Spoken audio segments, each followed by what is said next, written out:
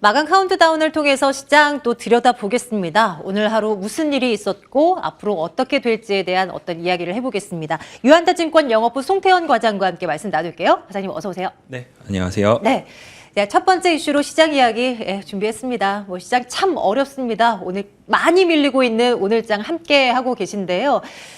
이번 한 주 우리가 챙겨볼 만한 것들이 너무나 많다라는 이야기가 쏟아지는 가운데 추가적으로 시장이 더 안 좋아질 것이다라는 목소리들이 좀 힘을 얻는 오늘인 것 같아요. 이제 코스피가 어느덧 그동안 참 힘겹게 올라왔었던 구간을 다 반납하고야 말았습니다.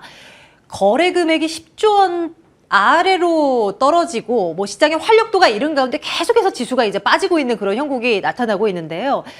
주요 증권사에서는 이렇게 이야기를 합니다. 계속 코스피 하단을 좀 낮춰요.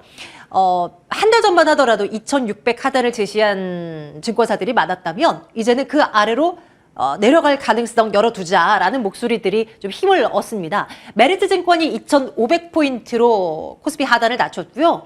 IBK 투자는 2,400포인트로 낮춥니다. 대신증권도 2,570포인트를 내걸고 있지만 장기적으로 봤을 때는 2,400선대도 볼 거다. 이렇게 이야기를 하고 있는데요.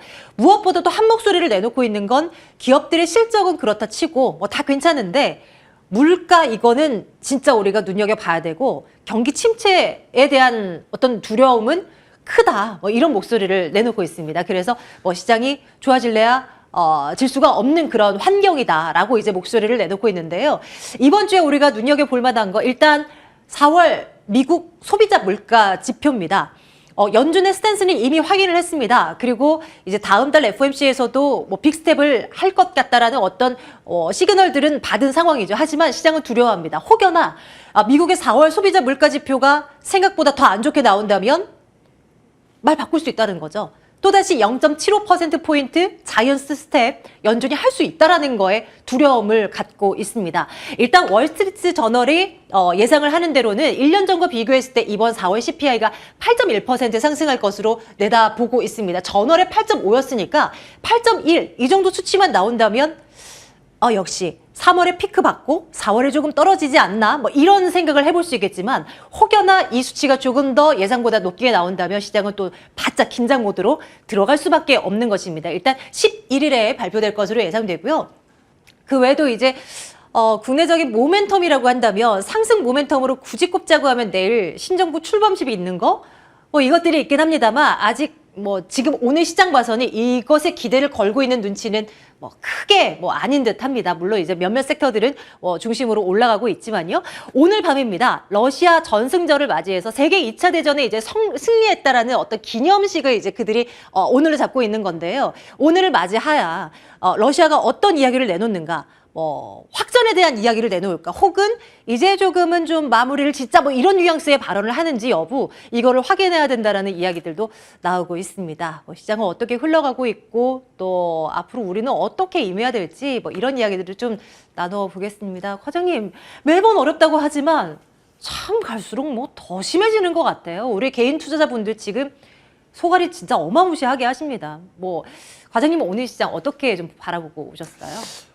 저 역시도 너무나 힘든 시장이 계속되고 있기 때문에 네. 사실상 좀 지겨운 부분이 많은 것 같아요. 그러니까요. 네, 맞아요. 그리고 대부분 사실 이미 알고 있는 악재에 네. 더 반응을 하게 되면서 좋지 못한 흐름이 나오고 있고 거래 대금이 단적으로 오늘 상황을 많이 보여주고 있다라고 저는 생각을 하고 있는데 사실상 오늘의 하락에 대한 부분을 보게 되면은 사실 많이 파는 것보다 매수 주체가 없기 때문에 네. 사실상 더욱더 하락폭이 강해지고 있다라는 느낌을 더 많이 받고 있는 것 같습니다. 특히나 이제 글로벌 매크로적인 시황에서 사실상 이 상승에 대한 트리거가 없기 때문에 그런 부분에서 누구도 적극적인 매수가 맞아요. 들어오지 못하고 있는 부분이 있게 될 거고요. 네. 그리고 외국인들의 현물 매수에 대한 부분을 보게 된다 하더라도 달러 인덱스가 계속적으로 상승을 하고 있어서 그런 부분이 현물에서도 적극적으로 매수가 나오기가 어렵고 그럼 우리가 기댈 수 있는 건 사실상 외국인들이 선물 매수 플레이밖에 수밖에 우리가 생각을 할 수밖에 없을 텐데 그런 점에서도 오전 한때 잠깐 한 2천억까지의 매수세가 들어오다가 그 이후부터는 계속적으로 하락 전환을 하게 되면서 이제 이 낙폭이 더욱더 커졌다는 점. 그 점을 생각을 해봤을 때는 지금 무언가 더 크게 문제가 돼서 국내 시장이 빠지는 것보다는 매수세가 없기 때문에 지금 수급적인 여건에 의해서 그냥 밀면 바로 밀릴 수밖에 없게 되는 네, 이러한 네. 형국이 더욱더 많이 진행이 되고 있다라고 생각을 하시면 될 것 같고요. 저는 그런 관점에서 생각을 했을 때는 그렇게 우리가 너무 공포에 휩싸일 필요는 없다라고 네. 다시 한 번 더 말씀을 드리고 그래요. 싶습니다. 지난주 금요일까지만 하더라도 개인 투자자분들의 선택은 그냥 사자였습니다. 그냥 뭐 밀릴 때 사서 모두가 이제 두려워할 때 사는 거다 뭐 이러면서 이제 매수를 외쳤는데 오늘까지 이렇게 급락이 나와버리니까 이제 정말 공포에 휩싸인 게 이게 진짜 그야말로 이제 공포인 것 같아요. 뭐 오늘 내일 뭐 추가적으로 더 밀린다면 그냥 손 놓고 있을 수밖에 없는 그런 개인 투자자들이지 않을까 하는 생각. 또 한편으로는 그럴 때가 저점이었던 경험이 또 있어서 또 한편으로는 이제 과장님 말씀대로 그래도 너무 과도하게 우려할 필요는 없다. 뭐 이런 생각도 한편으로는 하게 되는데요. 무서운 건 무서운 것 같아요. 뭐 일각에서는 원달러가 1,300원 돌파 뭐 가능성 뭐 이런 얘기도 나오던데요. 진짜 뭐 열어두고 뭐 그냥 뭐 생각을 해봐야 되는 건가요? 모든 상황은 다 열어두셔야 된다라고 저는 생각을 하고 있어요. 네. 다만 제가 긍정적으로 생각을 하셔야만 한다라고 말씀을 드린 이유 네네. 자체도 사실상 지금 무서운 게 저점 테스트 때문에 무서운 거잖아요. 맞아요. 2600선 맞아요. 그리고 코스닥 같은 경우에도 전 저점을 다시 한 번 더 깨고 내려가진 네. 않을까. 이게 무서운 것 뿐이지 사실상 그렇게 크게 달라진 건 또 없거든요. 그리고 인플레이션 관련돼서도 사실상 4월의 CPI가 지금 초점이 맞춰지고 있는데 만약 네. 거기서 또 저 피크아웃에 대한 부분만 확인을 해주게 되면 네. 또 좋아질 수 있는 부분도 생기게 될 거고 아니면 어떻게 해요? 아니게 됐을 때도 네. 물론 더욱더 아니면 하락을 어쩌죠? 할 수가 있기는 네. 하겠죠. 하지만 10년 국채 금리를 보게 되었을 때 벌써 3.13까지 이제 오게 됐잖아요. 네. 그런 점에서 생각을 해봤을 때 2018년도에도 미국 10년 국채 금리가 한 3.2까지 올라가다가 그 다음부터는 다시 또 하락이 나오기 네. 시작을 했거든요. 네. 그런 점에서 여러 가지 부분에 있어서 지금 이미 우리의 공포가 주가에 반영은 많이 된 부분은 있다라고 보시면 될 것 같아요. 그래서 지금의 상황 자체를 보게 되면 머리로는 알고는 있지만 감정적인 부분에서 상당히 흔들리는 부분이 많아서 우리가 매수에 대한 버튼을 누르기 어려운 부분이다라고 보시면 될 것 같고 저도 매수의 관점에서 계속 대응을 하고 있기는 하지만 여유가 있는 계좌 그리고 내가 조금 더 밀리더라도 문제가 안 될 범위 내에서만 매수를 하자라고 말씀을 드리는 거지 내가 조금 빠졌다고 해서 나 이제부터 다 매수를 할 거야 네, 라고는 네. 말씀드리지는 않아요. 그래서 이런 부분을 저는 단기적인 관점에서 내가 하루 이틀 만에 내가 수익을 내고 거기서 나오고 내가 거기서 수익을 달성을 할 거야 라고 생각을 하시는 분들은 그냥 안 하시는 게 더 좋습니다. 사실상 이 정도의 변동성은 이미 2%를 보시면서 매매를 결정을 하실 분들은 이미 대응을 하실 수 없는 이 정도의 변동성이다라고 저는 생각을 하고 있고요. 네. 지금 매수를 하시는 분들이라면 지금 이 2,500, 2,600권에서 매수를 하셔서 2,800, 2,900까지 올라가는 그 사이클 상에서의 이런 수익률을 달성을 하겠다라고 생각을 하시는 분들 위주로서 매수를 하셔라라고 말씀을 드리는 겁니다. 그래서 네. 하루 이틀 더 빠진다라고 해서 사실상 누구나 저점을 잡고 싶고 고점을 팔고 싶고 이거를 하고 싶으시겠지만 그렇죠. 그건 이미 불가능해요. 네, 그래서 네. 2,500, 2,600선에서는 저 충분히 살만하다라고 생각을 하고 있고 이러한 공격적인 지금 많은 이런 악재로 인해서 이 주가가 하락이 됐었는데 이런 부분이 중간에 다소 풀릴 수 있는 부분이 충분히 있거든요. 네, 네, 그런 네. 부분이 풀리게 되면 다시 한 번 더 2,700, 2,800까지 올라가게 될 텐데 이 구간을 저희가 먹고 들어가자라고 말씀을 드리는 겁니다. 그래서 이런 점을 생각을 해봤을 때는 지수의 상승이 나왔을 때 같이 따라갈 수 있는 종목 을 매수를 하신다거나 혹은 아니면은 나는 조금 더 이런 변동성에 휘둘리는 게 싫어라고 말씀을 하시는 분들이라면 실적이 상당히 기대가 되고 있거나 아니면 잘 나왔음에도 불구하고 지금 아직 주가는 바닥권에 있는 종목들 이런 종목들 위주로 지금 구간에서 좀 편입을 하시면 더 좋지 않을까 이렇게 생각되고 있습니다. 네. 과장님의 말씀을 듣고 나니 옆에서 좀 머리를 또 끄덕이게 되는 부분이 정말 많아요. 다 맞습니다. 근데 이제 또 개인 투자자분들 매일매일 특히 저희 이제 MTM과 함께 하시면서 계좌도 열어보고 HTS도 함께 켜면서 장중 흐름을 보시는 분들은 진짜 정말 입이 타 들어가실 거예요. 그러면서 이제 이런 이야기가 나온 것이 요즘은 주식 투자 1도 모르는 사람이 제일 행복한 거야 라고 이제 요즘들 많이들 말씀을 하시더라고요. 그 정도로 아마 힘드실 거라 생각이 듭니다. 그러면 이제 그래요. 마이너스 난 거 인정. 그리고 우리는 하루 이틀 주식 투자할 거 아니니까 조금 여유 있게 본다면 이제 이미 이제 현금 비중이 없으신 분들은 좀 견디셔야 되겠죠. 하지만 어느 정도 좀 여력이 조금이라도 있다 하면 어떤 쪽으로 갈까를 조금 더 구체적인 아이디어를 주세요. 이제 앞서 말씀 주셨듯이 지수 올라갈 때 함께 올라갈 수 있을 만한 것들, 그리고 실적이 좋은데 덜 반영된 것들 말씀 주셨단 말이에요.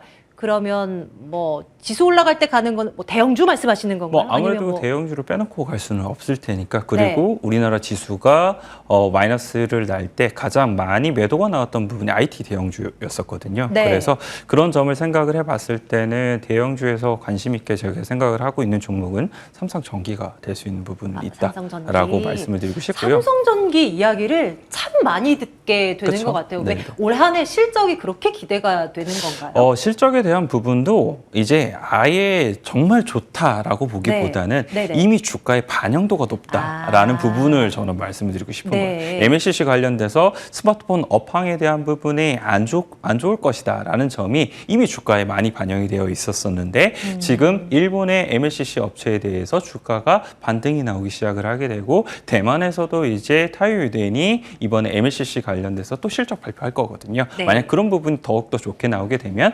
삼성전기에 대해서도 조금 더 주가의 탄력도가 붙을 수 있다라고 말씀을 드릴 수가 있을 것 같고요. 그리고 지수가 올라오게 되면 지금까지의 IT 대형주에 대한 매도를 많이 진행을 했기 때문에 다시 채워넣게 되면서 그런 부분이 약간은 더 들어올 수 있는 부분도 있다라고 말씀을 드릴 수 있을 것 같아요. 네. 그리고 실적에 대한 부분을 생각을 해보게 되면 오늘 실적 발표를 하고 상당히 서프라이즈한 실적임에도 불구하고 주가가 조정을 받는 종목이 있습니다. 그래요? 네, SK가스라는 종목인데 네, SK가스가 실적 발표를 오늘 진행을 했습니다. 네. 영업이익 기준으로 컨센서스가 400억 정도였었거든요. 그런데 실질적으로 발표한 이런 수치를 보게 되면 1,000억을 넘게 발표를 잘했네요. 하고 있어요. 네. 올해 영업이익에 대한 컨센서스 전망치 자체가 연간 기준으로 1,300억 정도가 됐는데 1분기에 1,000억을 달성을 했다는 것은 그만큼 컨센서스에 대해서 상향 조정될 가능성이 상당히 높다라고 말씀을 드릴 수가 있을 것 같고요. 이런 부분에 오늘 실적 발표를 하게 되면 조만간 증권사에서도 호평이 나오게 되면서 추가적으로 컨센서스 상향 그리고 목표 주가 상향에 이루어질 가능성이 상당히 높다라고 보시면 될 것 같습니다. 그래서 LPG 가격 관련돼서 매출에 대한 부분이 연동이 되는 부분이 있기 때문에 그런 부분에서 미국의 LPG 가격을 계속 관심 있게 보자라고 말씀을 드리고 싶고요. 거기에 플러스로 이제 수소 관련돼서 SK가스가 또 사업 부분을 더욱더 확대하겠다고 얘기를 하고 있거든요. 네네. 그런 점 생각을 해보게 되면 차기 정부에서 수소법 관련돼서 더욱더 적극적으로 이야기가 나오게 되면 그런 모멘텀도 가져가 볼 수 있는 요소는 충분히 있다라고 저는 생각을 하고 있습니다. 그래서 그렇겠네요. 예를 들어서 이런 종목들이 지금 관심이 있다라고 말씀드리는 거고요. 그 외에도 보게 되면 바닥권에서 턴어라운드가 될 만한 종목들이 상당히 많습니다. 그래서 지금과 같이 조금 지수가 어려울 때는 이런 종목들을 사실상 더욱더 싸게 가져갈 수 있는 좋은 기회가 될 수 있습니다. 좋습니다. 저희가 뭐 SK가스를 오늘의 유망주요라고 말씀드리는 거 아닌 거 아시죠? 이런 것이 있다, 이런 아이디어가 있으니 비슷한 그 루트를 가진 그런 종목들이 없는지도 한번 공부하자라는 차원에서 또 말씀을 드립니다. 그런 과장님, 최근 이제 가장 걱정이 되는 것이 성장주. 뭐 금리 인상기에 성장주 최악이라더니 한동안은 버티다가 진짜 고꾸라지는데 너무 무서워요. 뭐 예를 들어서 뭐 게임주라든지 많이 올랐지만 밀리는 뭐 엔터주라든지 하락폭 두드러지는 거 보면은 와 이거 어떡해? 라는 분들 혹여나 지금 뚜껑 열어봤더니 계좌에 이런 관련한 성장주들의 손실폭이 너무나 크다 하면 어떻게 지금이라도 비중을 줄여요? 아니면 그냥 기다리는 게 답입니까? 저는 사실 마이너스가 10에서 15%가 넘어가게 되면 더 이상 손절이 아닙니다. 그거는 그냥 이미 방치된 수준이고 저희가 대응하기에는 매도로서 대응하기에 너무 늦었다라고 생각을 하고 있어요. 차라리 네. 그렇게 되면은 매수의 관점에서 우리가 생각을 해봐야 된다라고 생각을 하고 있고요. 중간중간에 성장주라고 해서 계속적으로 뭐 금리 인상기 빠지는 건 아니에요. 중간에 더 많이 반영이 됐을 때는 그만큼 성장주가 약하다가 금리가 약간 내려오는 구간, 금리에 대한 위험도가 내려오는 구간에서는 성장주가 추가적으로 올라갈 때도 있거든요. 네네. 그러한 부분을 생각을 해보면서 우리가 매수의 관점에서 대응을 하는 것이 더욱더 맞을 수밖에 없다라고 말씀을 드리고 싶고요. 이게 사실 지수가 이렇게 내려오고 이럴 때 많이 힘들기는 하는데 네. 이 사이클을 한 번만 더 버텨내기 시작을 하게 되면은 여기서부터는 진짜 많은 걸 배우실 수가 있게 될 거고 이렇게 물린 종목을 어떻게 하면 내가 추가의 매수로서 대응을 하게 되면서 빠져나오는 법도 사실상 익히실 수 있는 이러한 전략이라고 생각을 하고 있습니다. 그래서 네. 게임주들 같은 경우에도 단적인 예로 말씀을 드리게 되면은 그 안에 있는 게 그렇게 크게 변하지 않았어요. 다만 이제 바라보는 시각이 변하게 되고 거기에 따라서 투자 심리가 변하게 되고 일부 기관에서 손절매 물량이 상당히 많이 나왔기 때문에 지금 주가가 이렇게 많은 부분 하락이 되어 있는데 이런 관점이 결국은 다시 반전이 되게 되면서 또한 수급이 다시 한 번 더 들어오게 될 거거든요. 그런 관점을 생각을 해봤을 때는 지금 구간에서는 일단은 담보비율 유지를 하시면서 버티시다가 분명 거래가 한 번씩 터지는 날이 올 겁니다. 그때가 내가 어느 정도 다시 한 번 더 매수의 비중 키울 때구나. 라고 생각을 하시면서 네. 그때 매수로서 대응을 하시고 그리고 어느 정도 15에서 20%가 그때 바닥에서 산 만큼이 올라오게 되면은 거기서는 그 물량만큼은 다시 좀 덜어내시고 다시 또 움직임을 보시면서 매매를 하시는 이러한 전략을 가져가시게 되면은 어떠한 종목이라도 단순하게 마이너스 50%가 된다고 내가 이 종목 다시는 탈출을 못한다 이런 것이 아니라 다시 한 번 더 탈출을 하고 거기서도 또한 수익이 나오고 이런 부분을 생각을 해보실 수 있을 것 같습니다. 늘 공부해야 할 것이 많은 주식시장입니다. 참 마음이 아프지만 그래도 이것을 기회로 삼아서 우리 함께 열심히 좀 머리를 맞대보죠. 자, 다음 이슈 넘어가겠습니다.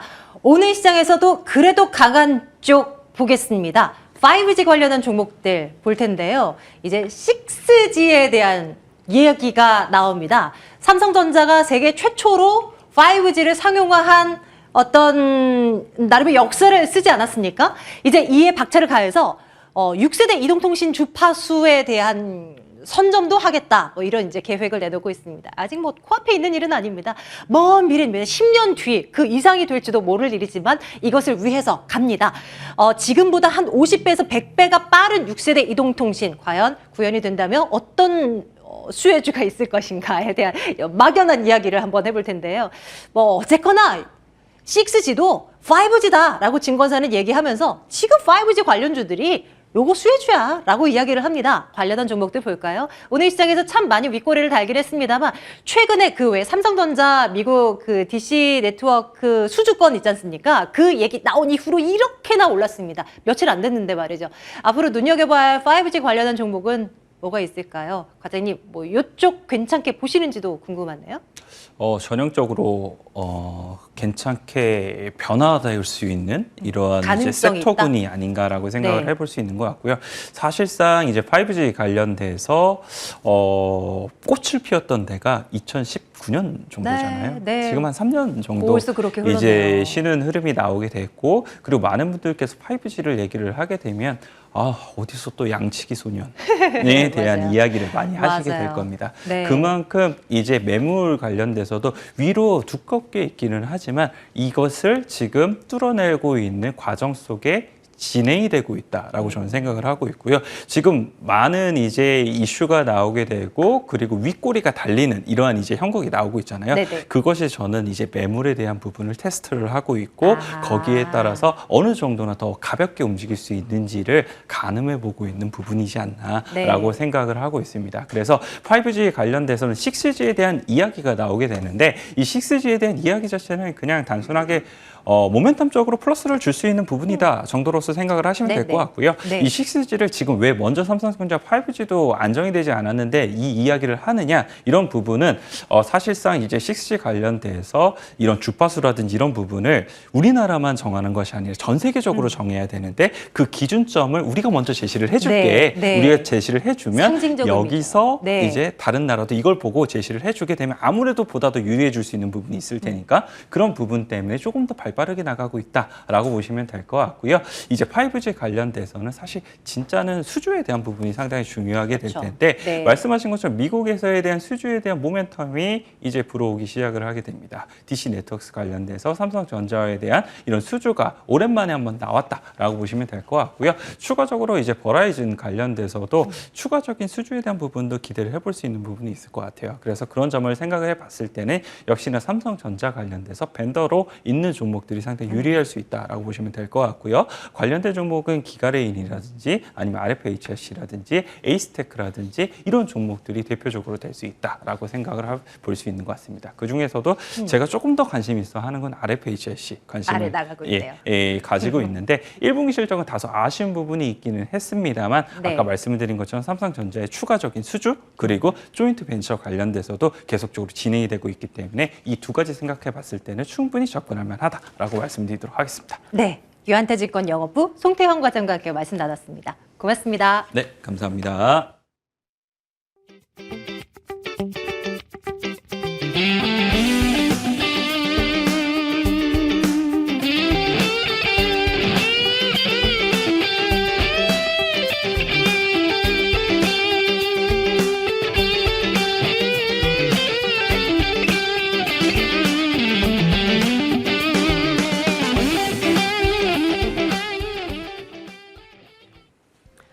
네, 이 시각 마감센터입니다. 미국의 빅스텝 여파가 계속해서 이어진 하루였습니다. 양대 시장에서 메이저 주체들이 매물을 쏟아내면서 양대 시장 모두 계속해서 낙폭을 늘리는 모습이었고요. 결국 코스피는 1.25% 하락한 2610선에서 마무리했고 코스닥은 낙폭이 더 깊었습니다. 2.5%가량 하락을 하면서 860선 아슬아슬하게 지키고 마무리했습니다. 수급 현황 살펴보시죠. 오늘 유가증권 시장에서는 개인 홀로 3,600억 원 넘게 사들였고요. 메이저 주체들은 물량 내려놓으면서 마무리했습니다. 특히 전기전자 업종과 제조업종을 중심으로 내려놓으면서 하방한 벽을 계속해서 가하는 모습이었습니다. 오늘 원달러 환율 1원 3전홀은 1,274원 선에서 마무리했습니다. 계속해서 수급 현황 확인하시면요. 오늘 코스닥 시장에서도 마찬가지로 개인 홀로 물량 사들였고요. 기관과 외국인은 물량 내려놓는 모습이었습니다. 외국인은 제조업을 중심으로 매도하는 모습이었고요. 기관 쪽에서는 오락문화 업종을 중심으로 물량 내려놓는 흐름이었습니다. 계속해서 시가총액 상위 종목주들 살펴보시죠. 네, 파란불 켠 종목들이 현저히 많은 하루였습니다. 삼성전자 66,000원 선에서 종가 형성했고요. SK하이닉스는 외국인들의 매수세가 들어오면서 오늘 장중 반등에 성공을 하는가 했는데 다시 한번 보합권 수준에서 마무리하고 있습니다. 삼성바이오로직스는 0.5%가량 상승한 79만 8천원 선에서 종가 형성했습니다. 다음 종목들 살펴보시죠. 네, 네이버가 오늘 1%가량 그래도 회복을 해주면서 마무리했고요. 반면 카카오는 오늘 하락을 하면서 마무리했습니다. 현대차와 LG화학도 하락이었고요. LG화학은 3% 넘는 깊은 낙폭 보이면서 마무리했습니다. 이어서 코스닥 종목들 확인하시죠. 오늘 2차전지 관련주들이 전반적으로 깊은 낙폭 보였습니다. 에코프로비엠과 LNF 각각 2에서 3%가량의 하락선 그리면서 마무리했고요. 셀트리온 헬스케어도 1%가량 하락을 하면서 마무리했습니다. 계속해서 보시면요. 오늘 셀트리온 제약주도 2% 넘는 하락으로 마무리했고요. 전반적으로 낙폭 깊은 가운데 첨보는 4% 넘는 하락으로 마무리했습니다. 특징적인 종목 살펴보겠습니다. 오늘 5G 관련주가 그나마 강세를 보이면서 마무리했습니다. 삼성전자가 미국의 5G 장비 수주를 한다는 소식으로 인해서 전반적으로 강세였고요. CS가 오늘 대장주였고 FL텍도 오늘 14%대 강세로 마무리했습니다. 다음 종목 살펴보시죠. 이재명 전 경기지사의 출마 선언에 관련주들이 전반적으로 강세였습니다. 마찬가지로 CS 22%대 강세 받아갔고요. 오리엔트바이오와 토탈소프트 21%대 11%대 강세로 마감했습니다. 다음 종목 살펴보시면요. 국내 리비안 테마주가 전반적으로 약세였는데요. 다만 남성만이 빨간불 켜고 마무리했습니다. 포드가 리비안 주식을 대량 매각한다는 소식에 관련주들 약세였고요. 동국 RNS는 1%가량 하락하면서 마무리했고 우리산업의 낙폭이 가장 컸습니다. 3%가량 빠지면서 마무리했습니다. 다음 종목 살펴보시면요. 오늘 우리로가 최근 상장 유지가 결정되면서 지난 2일부터 거래가 재개됐는데요. 최대 주주가 2년간 보유 주식을 의무 보유한다는 소식이 있기도 했고요. 또 자율주행의 눈이라고 불리는 부품의 국산화에 성공을 했다고 합니다. 이 소식으로 인해서 오늘 강세였고요. 상한가 안착하면서 마무리했습니다. 다음 종목 살펴보시죠. 노터스가 역대 최대 규모의 유상증자를 한다는 소식에 오늘 강세였는데요. 24%가량 상승을 해주면서 49,000원 선에서 종가 형성했습니다. 마지막으로 한 종목 더 살펴보시면요. 오늘 우진이 새 정부 출범을 하루 앞두고 새 정책에 대한 수혜 기대감으로 강세 보이면서 마무리했습니다. 14% 넘는 강세 보이면서 15,000원 선에서 종가 형성했습니다. 지금까지 마감 시황이었습니다.